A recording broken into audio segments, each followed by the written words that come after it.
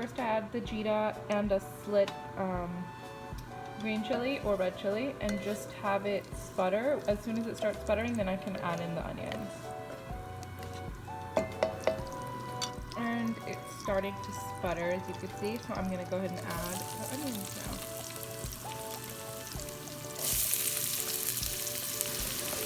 So what I like to do when I'm cooking down my onions to use less oil is I like to steam them a little bit. So I'm going to cover these for a bit. And then, woo! If you see, it is starting to cook down. So they pretty much become translucent and pink. Exactly how you want them to be before you start adding other things to them.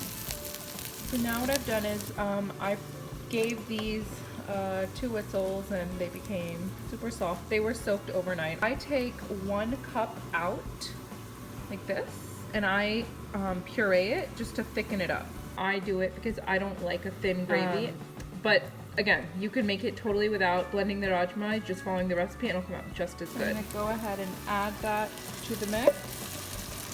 Okay, so once you start reducing, and you can see it's starting to leave the sides of the pan, and it starts reducing and releasing water, you can start adding the masala. So we're just adding in some masala. This is the step where I check for how tikha it is, how hot it is, with the spices that I put in. So I usually check it around this stage, like the tarka stage, and you know, depending on that, if I need to add more, I add more. Now that that's all mixed up, I'm going to go ahead and add my boiled rajma.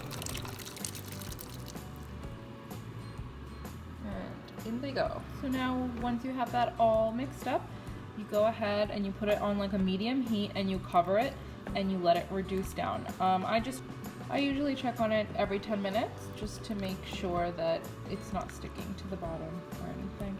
Okay, so once you've let it reduce a little bit, what I like to do is go ahead and add in the dahi. So the best way to add in the dahi, in my experience, has been take it in a bowl and mix it with some already warm masala. So what you're doing really is just bringing it down to like a warm temperature. So when you add it in, the rajma, it's not going to get bitty.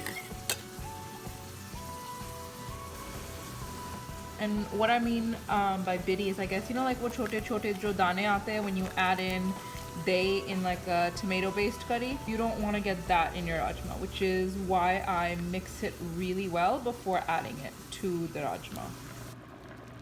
So you can see it's been reducing. And then once I see it's reduced quite a bit, I just put it to a low setting and I cover it just to thicken up a little bit more.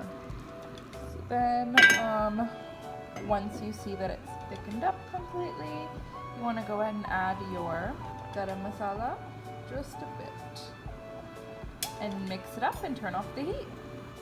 So this for me is a good enough consistency because once you turn off the heat and let it sit, it also thickens up a little bit. So this is perfect for when you're having it with chawal or roti.